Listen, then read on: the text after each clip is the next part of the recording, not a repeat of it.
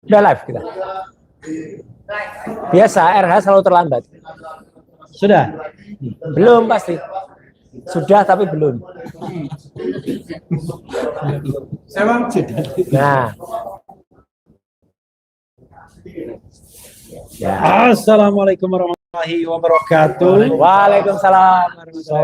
Sobat semua, kawan-kawan semua dari channel-channel yang setia kepada perkuartetan yang malam-malam senang berkumpul dan bercengkrama. Sekarang kami baru saja mengikuti kegiatan dari Forum Purnawirawan Pejuang Indonesia di Bandung. Dan ini Pak, kebetulan kita bisa menangkap dua non-termul. Pertama Mr. Puang Said Didu. Yes. Kemudian sekondan kita yang sangat setia, Pak Ugro Seno.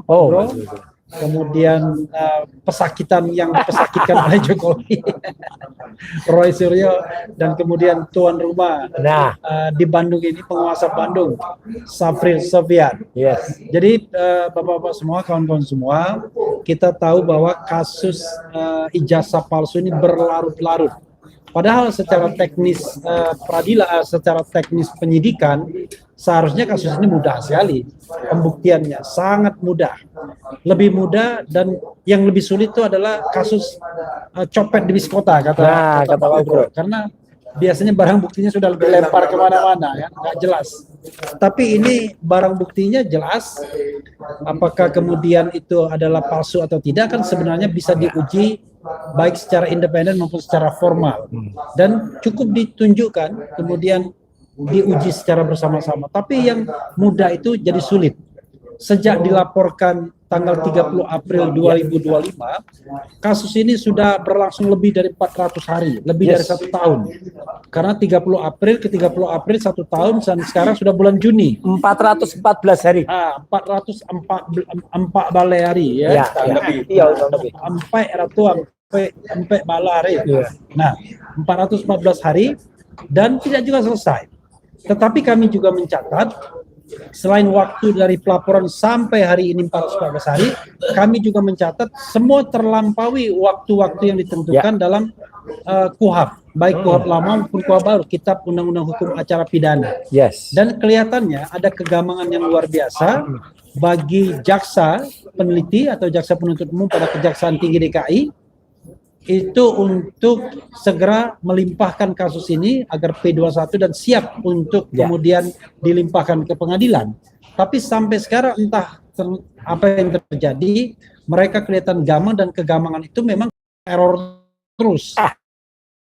Karena kita menganggap bahwa kasus ini diteruskan bukan karena takut dalam hal pembuktian, tetapi kita paham arahnya bukan lagi untuk membuktikan ijazah Jokowi, tapi sekedar untuk menghukum atau mengkriminalisasi Mas Roy dan Dr. Tifa. Yes. Dan yang kami tuntut adalah sesuatu yang genuine, yaitu pembuktian ijazah yang sebenarnya forumnya ada.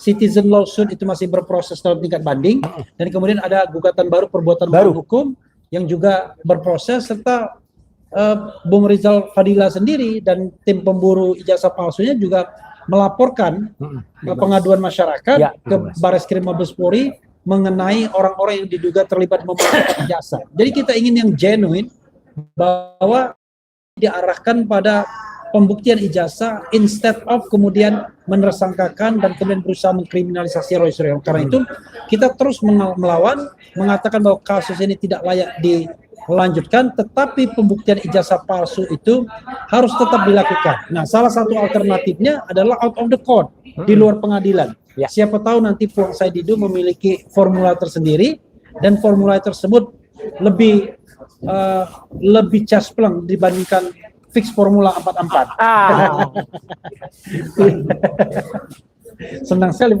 fix formula 44. Karena itu kesempatan pertama kita ingin berikan kepada Puang Said Didu dan kemudian Pak Safril Sofyan.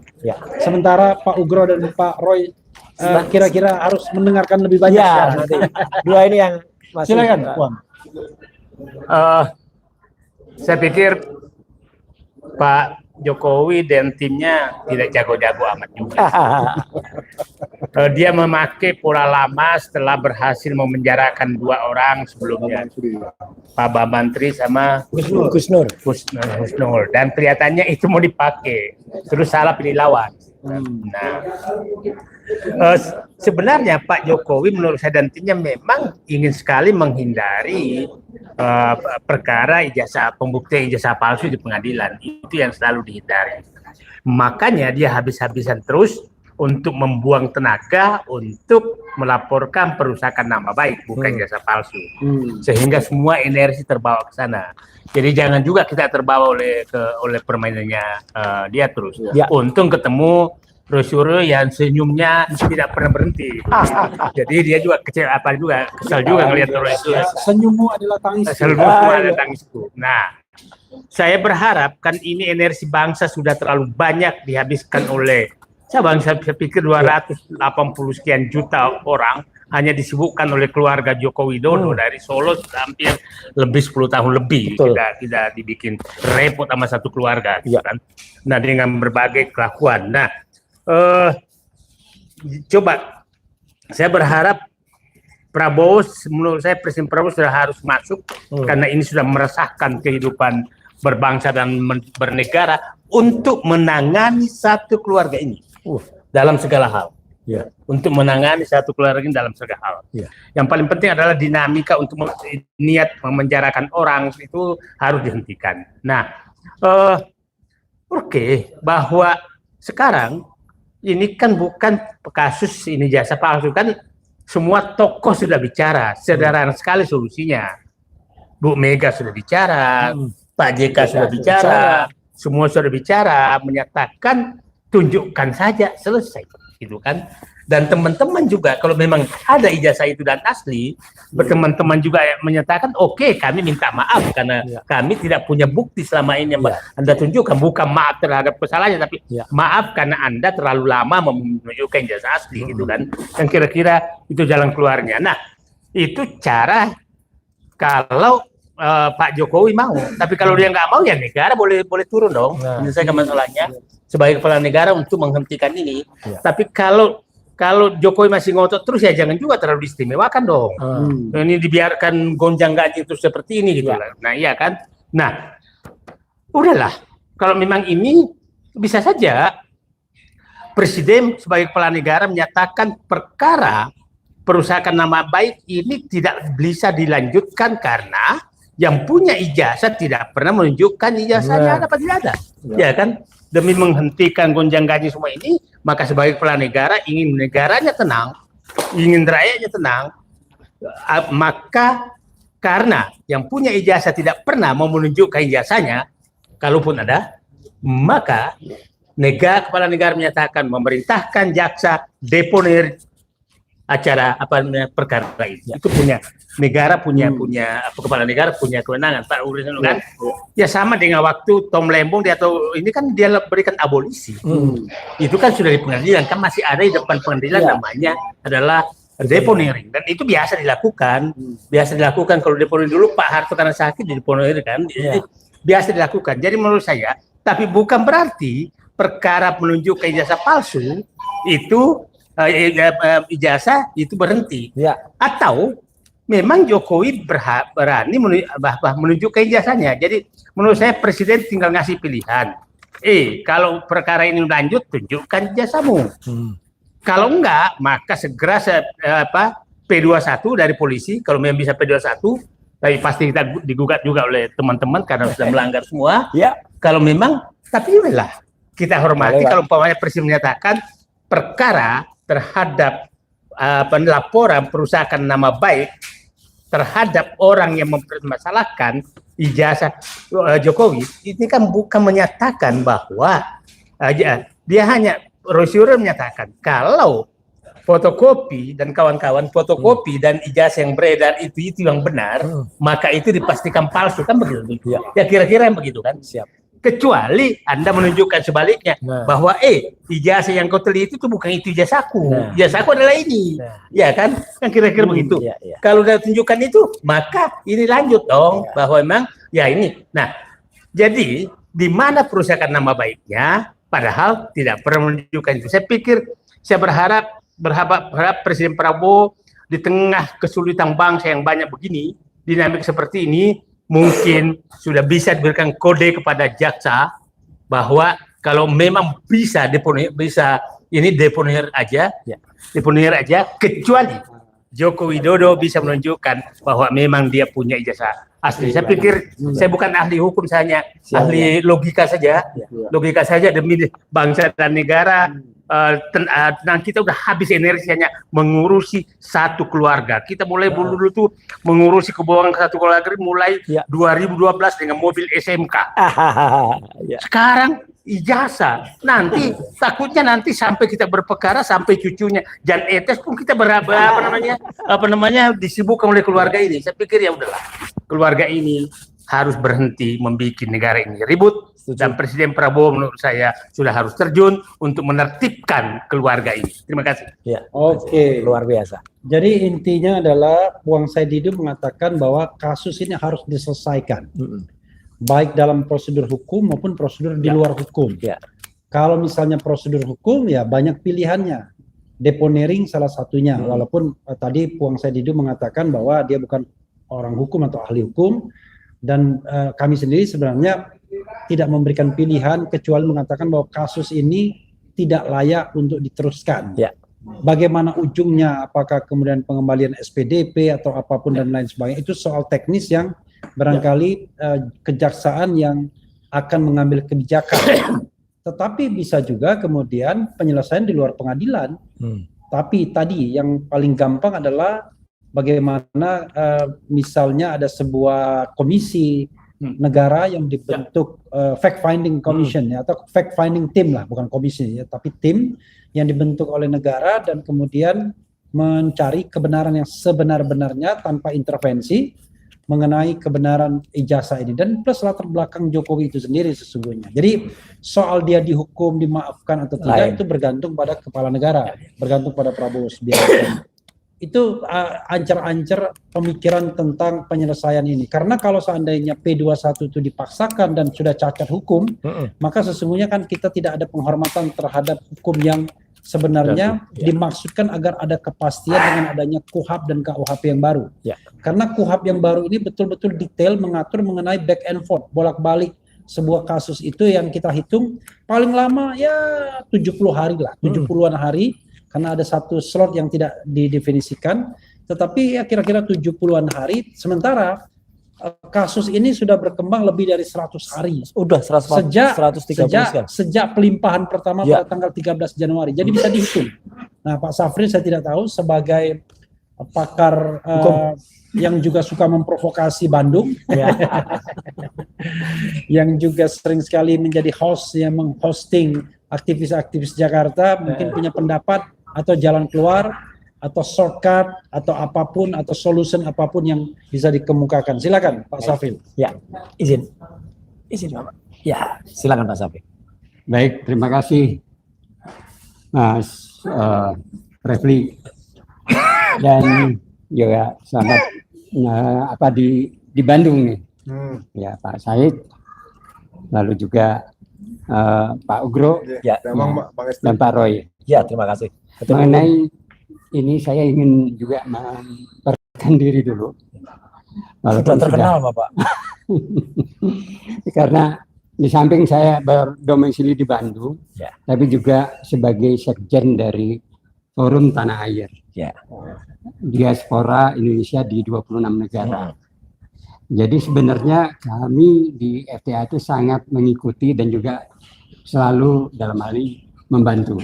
Bahkan semenjak buku yang diterbitkan bertiga, Jokowi White Paper itu, kita menyampaikan melalui Ketua Umum Pak Tata di New York ke PBB dan ke beberapa badan, dan itu sudah di sana. Jadi tidak mungkin kalau ada buku baru lagi dari sang pengkhianat, itu akan masuk ke sana gitu. Karena itu buku pesanan ya jelas tidak punya kualitas seperti buku sebelumnya gitu ya. Lalu yang kedua, kita di samping mengikuti, saya juga mendampingi kalau Pak Refli di ininya menyatakan saya duo Bandung dengan Rizal Fadila. Ya. Jadi segala sesuatu perkembangan kita ikuti di Bandung dan kita bahas terus. Dan melihat perkembangan sekarang, ya kita sangat senang ada Dumas yang dilakukan oleh Pak Rizal dan Rustam dan juga Pak Hari ya, yang dari We Watch. Ya. Dan menurut kami di Bandung, yang untuk kalau Termol itu kan ingin memenjarakan Pak Roy CS ini. Yang harus dipenjarakan justru terbalik. Harusnya Jokowi yang melakukan dengan ijazah palsunya ya. Ini 99,9%. Nah ini dengan masuknya Dumas, kita menginginkan atau kita berharap banyak bahwa markas polisi kalau memang mau reformasi polisi, itu Dumasnya harus secepatnya dilakukan. Tidak lagi ya didiamkan, harus diadakan penelitian dan penyelidikan dan langsung kalau bisa ditangkap pemalsunya ya. Dan termasuk yang menggunakan ya kan menggunakan sampai menipu orang masyarakat banyak. Ya. Lalu yang selanjutnya kami juga sangat mendukung apa yang disampaikan oleh Pak Jenderal Pak Ugroseno bahwa kalau seandainya kejaksaan dipaksa dalam tanda kutip ya untuk mengeluarkan P21 yang sebenarnya sudah kadaluarsa dalam segi waktu, ini merupakan kriminalisasi. Itu kita sangat dukung itu. Dan untuk itu kita himbaukan atau kita tekankan kepada kejaksaan, berlakulah sesuai dengan apa yang telah diputuskan melalui keputusan Jaksa Agung. Itu apa namanya? Pedoman ya. Jaksa Agung nomor 1 tahun 2026. Jaksa Agung nomor 1 tahun 2026. Bahwa aturannya sudah sangat jelas dan prosedurnya sudah sangat jelas, dan kalau memang itu dilakukan, ya jaksa penuntut yang sekarang ini lagi menerima dari Polda Metro itu harusnya sudah SPDP, ya sudah P26, jadi bukan P21 lagi. Saya kira begitu ya Pak Ugro ya. P26 itu surat ketetapan penghentian penuntutan. Betul. Ya.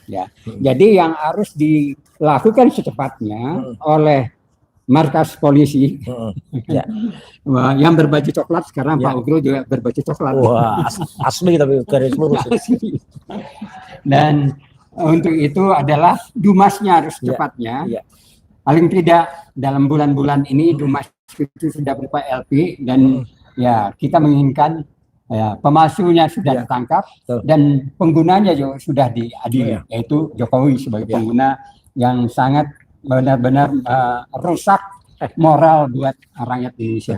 Saya kira itu barangkali ininya.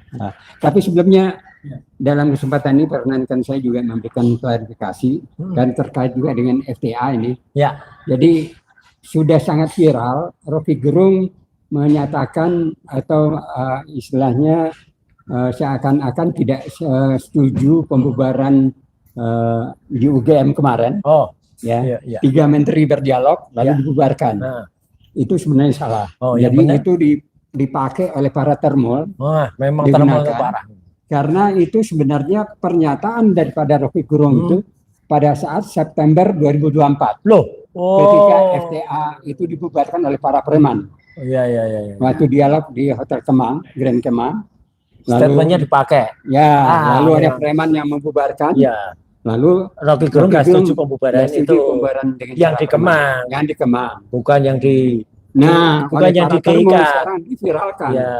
Yang menyatakan seakan-akan bahwa Rocky Gerung menyatakan yang di GIK, di Gedung Inovasi dan Kreativitas. Gedung Inovasi dan Kreativitas UGM itu.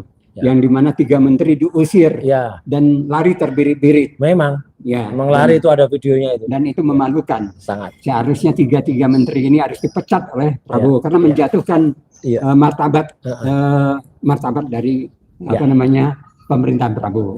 Saya kira itu. Terima kasih. Terima kasih Pak Saleh. 2 menteri dan 1 pejabat negara kalau nggak salah. Silakan Mas.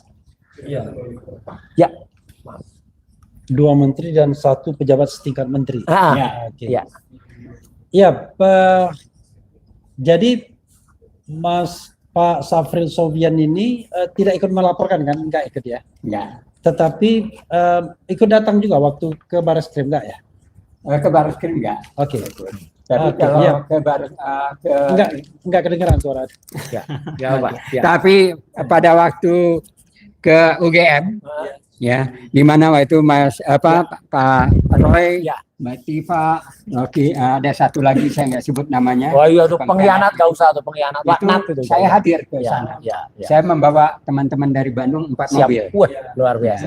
Dan saat itu saya juga mencoba untuk masuk Heeh. karena sudah ditelepon oleh Pak Rizal Fadilah Ya, untuk mewakili beliau. ya, ya. Tapi dilarang oleh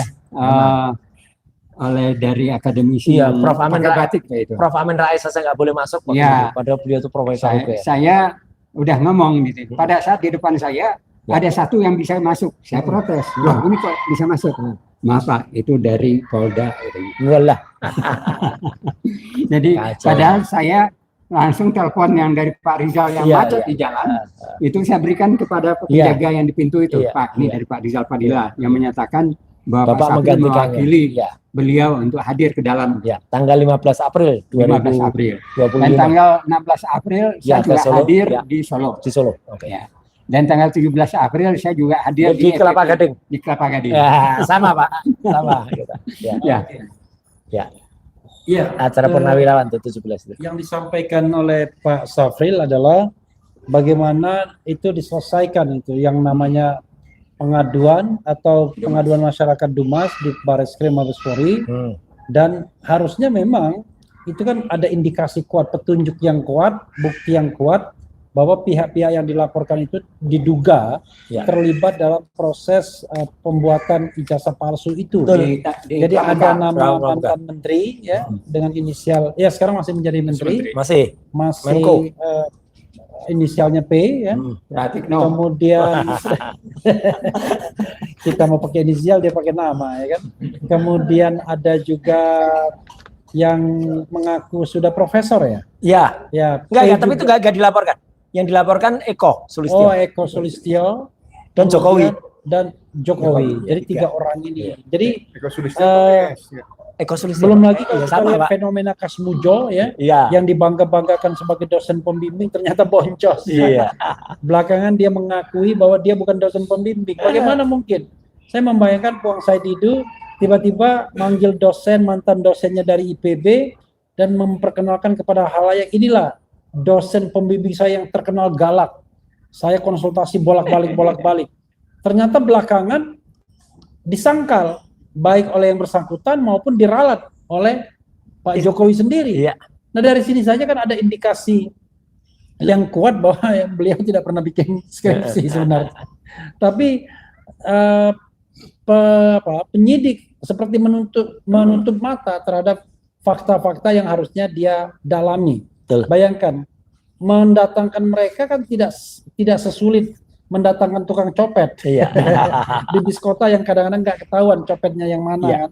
Tiba-tiba dompet hilang aja. Pak Ugro mungkin bisa Ya. ditambahkan soal yang terkait dengan penyelesaian kasus ini, out of the court ya, atau apapun, dan kemudian juga pelaporan yang harusnya itu yang ditindaklanjuti sebagai core bisnis atau kasus utamanya. Silakan Pak Ugro. Terima kasih Mas Roy, Pak Saididu. Ya. Mas Safril, Mas Roy. Ya. Jadi semakin hari harus semakin jelas, semakin fokus. Betul. Jadi antara kalau kita nembak itu dengan senjata berarti pisir dengan pejabat harus segaris. Sinkron. Jadi kalau ditembakkan itu tepat sasaran. Ya. Jadi begini, berkas yang berkaitan dengan pelaporan Pak Jokowi, ya, berkas yang kembali kan pencemaran nama baik dan fitnah, ya kan? Kemudian berkasnya katanya sudah jadi. Ya. Tapi dalam berkas ini kan ada kaitan dengan dugaan ijazah palsu. Nah, saya katakan dengan dugaan ijazah palsu berarti kira-kira barang bukti itu harus ada dua. Barang bukti yang diduga berkaitan dengan ijazah palsu dan Ya. barang bukti yang diduga dengan pencemaran nama baik atau fitnah. Betul. Jadi berkas perkara ini agak rumit. Ya. Jaksanya mungkin bingung. Ya Ya. kan? Nah, kemudian kalau dikaitkan nanti dengan berkas perkara dianggap sudah lengkap, nah, kita bicara pada penelitian formil. Yes. Jadi saya melihat di sini berdasarkan pedoman Kejaksaan Republik Indonesia nomor 1 tahun 2026. Sekali lagi saya sampaikan bahwa angka 14 dan angka 7 itu adalah angka yang Harus diikuti, angka keramat. Iya. Itu tidak bisa dilebihkan, tidak bisa dikurangi. Ya harus. Kalau bisa kurang lebih bagus. Tapi kalau pas itu maksimal. Ya. Ya. Katakanlah 14 dan 7, berarti 21. Jadi sejak perkara dilimpahkan pertama tanggal 13 Januari 2026, kalau kita hitung bolak-baliknya perkara antara penyidik dengan kejaksaan, peneliti, itu 21 kali 3 kali. Berarti 63. 63. Ya. Nah, Tambah. katakanlah mungkin ada kesepakatan, ada injury time. Ya. Yang dapat injury time biasanya waktu yang singkat adalah 7 hari, berarti jaksa. Betul. Kalau 14 hari kan 2 minggu nih. Ya, ya. 2 kali ya. 7 nih. Ya. Katanya injury time 2 kali 7, berarti 14. Nah, kalau 63 Tambah ditambah 14, Ya. berarti kan 70 9.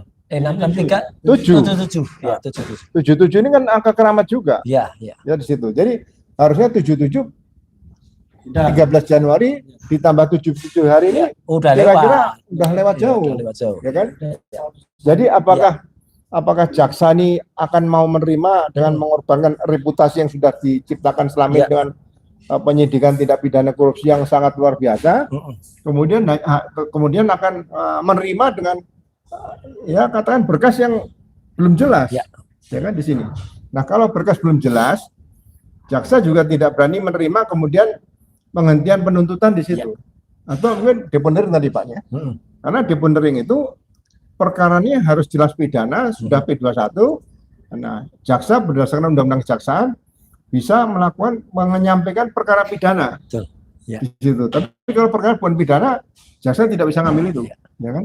Jadi sekali lagi, ini berkas ini bagi jaksa juga taruhan reputasi lembaga, ya kan? Di situ. Jadi saya yakin bahwa 21 ini tidak akan terbit seperti itu. Ya, jadi sekali lagi kita harus yakin bahwa ke depan hukum acara pidana yang baru, KUHP yang baru ini itu akan memberikan warna penegakan hukum ke depan dan seperti Dumas nih. Dumas ini kan sebetulnya belum resmi menjadi laporan polisi. Ya. Tapi apabila selama dalam pengaduan masyarakat ini akan dilakukan pemeriksaan laboratorium kriminal atau laboratorium kriminalistik atau laboratorium forensik, itu harus menjadi LP dulu, menjadi laporan polisi, ya kan, dilengkapi dengan surat perintah dimulai penyidikan, kemudian ada surat perintah penyidikan, kemudian ada berita acara pemeriksaan, berita acara penyitaan dan sebagainya, baru nanti dikirimkan ke laboratorium forensik. Jadi laboratorium forensik Polri tidak akan menerima berkas dalam posisi Dumas. Betul. Nah, ini mungkin untuk ke depan, ya mudah-mudahan setelah terbitnya Undang-Undang Kepolisian nomor 5 tahun 2026 nih, perubahan ketiga tentang Undang-Undang Kepolisian tadi.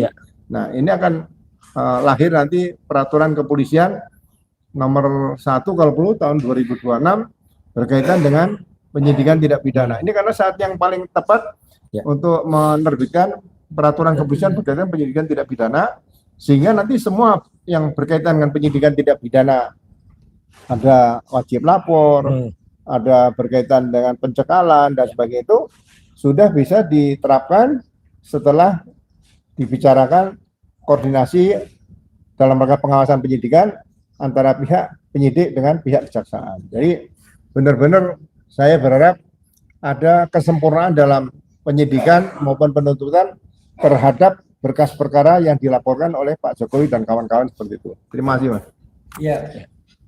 Ya, Pak Ugro makin menajamkan. Kalau saya tadi bilang 70 hari, Pak Ugro kasih waktu lah. Kalau koordinasi sampai 77 hari. Tapi itu pun lewat dan itu berdasarkan KUHP yang baru. Betul. Padahal sejak awal udah 100. penyidik mengatakan Sudah total laporan itu 414 KUHP yang lama karena KUHP yang baru pada waktu itu belum diundangkan. Dan dalam KUHP yang lama itu waktunya sempit sekali. Lebih sempit, 28 hari saja sesungguhnya.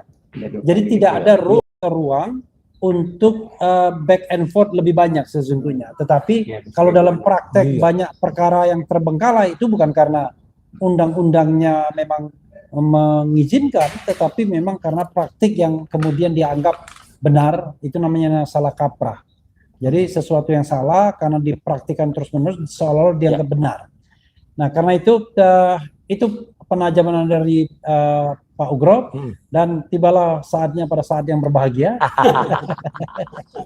Kita akan mendengarkan Mas Roy. Iya. Jadi ada panggilan mesra dari seseorang Iya. yang lawyernya sudah belok gitu. Iya, iya. Manggil Mas Roy itu bukan lagi Mas Roy, tapi Mas. Iya. Oke. Terima kasih Mas Refli, dan saya terima kasih sekali tadi pandangannya dari Pak Said Didu dan juga Pak Safril bahwa memang perkara ini, bahkan istilah beliau tadi P26, jadi sudah harus dihentikan. Kalau saya memang udah aja, ini sudah lewat. Kalau dari tanggal pelaporan 30 April, hari ini sudah 414 hari, atau 1 tahun 49 hari. Jadi udah lebih dari setahun ya semenjak di LP-kan.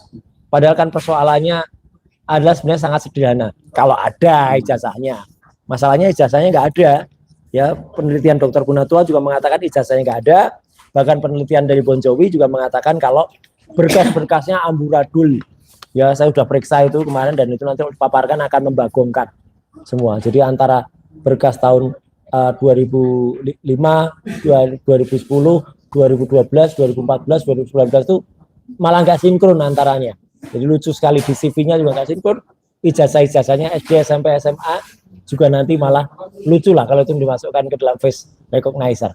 Nah, tapi kan persoalannya jadi istilahnya jadi gini Mas Refli, ini jangan sampai kemudian hukum di Indonesia tuh tajam ke bawah, termul ke atas gitu kan. Ya, termul yang, tapi sekarang termul pada kincep ini ya, pada nggak muncul. Ayo mana katanya pada ngejar-ngejar P21, buansos tahan, borgol. Sampai ada yang marah-marah gitu. Nggak ada. Yang harus borgol itu yang ijazahnya palsu. Ya, yang penjarakan tuh yang memang dia menganut falsafah ijazah al-falsu. Wah, ini kaosnya kayak gini nih. Ini namanya al-ijazah al-falsu. Ini yang harus dipenjarakan. Ini al-ijazah al-falsu. Ini al-ijazah al-falsu. Itu yang penjarakan. Jadi saya nggak lama-lama, ya singkat aja. Yang jelas terima kasih Pak Ugro, terima kasih juga Pak Safri, terima kasih juga Pak Said Didu. Mungkin ada tambahan lagi dari Pak Said Didu atau Pak Safri? Silakan Mas Refli. Oke, ya. Kita closing statement ya. Ya. Dari Pak Safri, Ya. kemudian berturut-turut terakhir Puang Said Didu. Ya. Silakan Bapak. Ya, untuk closing statement pendek saja bahwa segera saja ya polisi untuk memproses cepatnya Dumas yang ada di Barreskrim. Lalu untuk kejaksaan sesuai dengan ketentuan-ketentuan dari Jaksa Agung nomor 1 tahun 2026 itu laksanakan dan keluarkan P26. Saya kira itu saja. Ya. Silakan.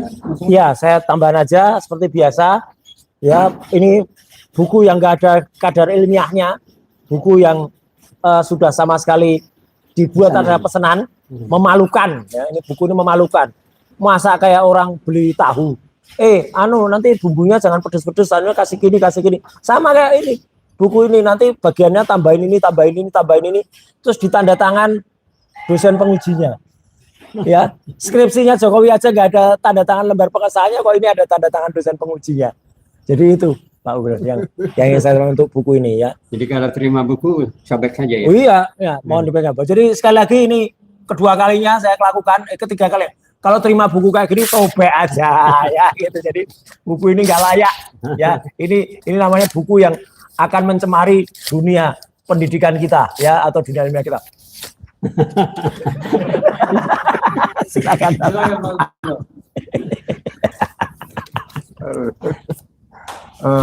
Terima kasih. Jadi ya saya sebagai bagian yang pernah bertugas dalam Kepolisian Republik Indonesia, saya memberikan saran pada penyidik ya, bahwa kembalikan peran Polri sebagai alat negara. Nah.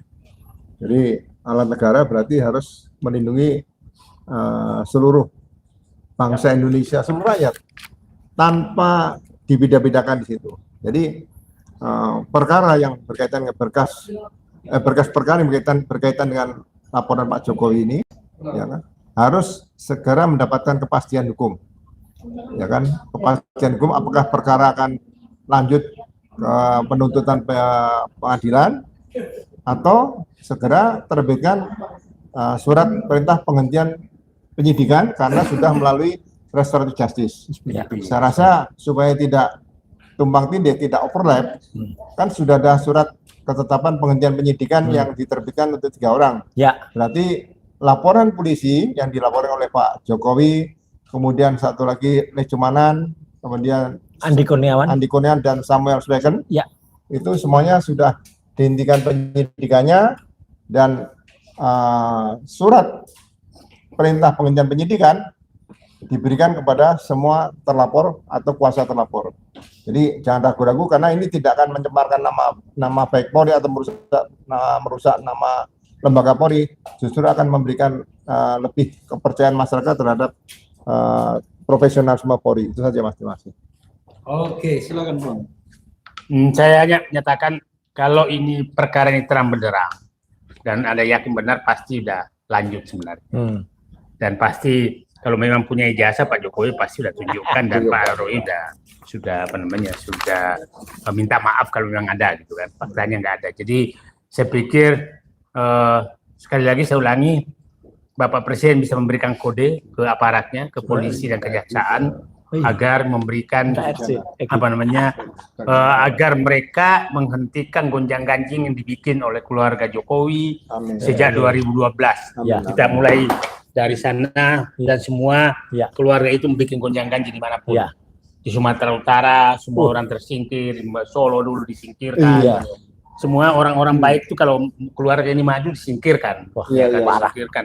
Di Solo PDIP disingkirkan. Ya. Di Medan, di Sumatera Utara semua disingkirkan. Terus apakah seluruh orang baik ini disingkirkan demi keluarga itu? Saya pikir Pak Presiden sudah mengambil sikap hentikan keluarga ini mengganggu seluruh warga negara Indonesia dalam segala hal, karena menurut saya sudah keterlaluan. Oke, ya saudara sekalian, sekali lagi ya, kita ingin sebuah penyelesaian yang genuine. Penjelasan yang genuine itu adalah memastikan apakah ijazah itu benar-benar asli atau palsu. Itu yang genuine. Jangan kemudian dibelok-belokkan kepada kasus-kasus lain yang akhirnya tidak jawab juga, tetapi hanya ingin memenjarakan orang sebagaimana terjadi pada Gus Nur dan Bambang Tri. Dipenjarakan selama vonisnya 6 tahun, kemudian inkrahnya 4 tahun, dan kemudian sama sekali tidak pernah ditunjukkan ijazahnya kecuali fotokopi, dan itu pun fotokopi yang akhirnya diketahui bahwa itu adalah ijazah yang diduga palsu. Iya. Yang aslinya pun sebenarnya ditunjukkan sebentar di Polda Metro Jaya pada tanggal 15 Desember diakui sebagai yang asli. Tapi apakah asli betul atau tidak, yang jelas tidak ada keberanian untuk menunjukkannya lebih lanjut ke depan publik agar sama-sama diuji oleh publik, baik oleh institusi formal maupun yang independen. Begitu sahabat sekalian, mudah-mudahan ini memberi penguatan bagi dominus litis, yaitu kejaksaan, untuk menyelesaikan kasus ini dan tidak kemudian tunduk pada tekanan siapapun dalam proses penegakan hukum. Kami hanya menunjukkan bahwa sudah terjadi pelanggaran hukum yang signifikan, karena itu kita mendesak agar ini diselesaikan dengan tentu saja menghormati hukum. Tapi ada pihak lain yang kemudian mendesak untuk melanggar hukum terus-menerus dengan provokasi agar memenjarakan Mas Ro, Dr. Tifa, dan kemudian memaksakan kasus ini P21, walaupun Pak Jokowi sendiri belum tentu berani. Kalau P21, karena sudah di warning oleh ahli hukum, termasuk praktisi Hotman Paris, kalau kasus ini sampai dilimpahkan ke pengadilan, Pak Jokowi sebagai pelapor atau saksi korban harus datang sendiri dan kemudian bersedia, mau tidak mau, ya, suka tidak suka, dikuliti, mulai dari latar belakang pendidikannya, latar belakang orangnya, kemudian skripsi dan lain sebagainya. Berani atau tidak? Karena itu sama-sama kita berpikir waras. Sampai jungkir balik. Sampai jungkir balik. Wassalamualaikum warahmatullahi wabarakatuh. Itu yang paling Jokowi nggak tahan. Oh, ini paling nggak senengin. Lihat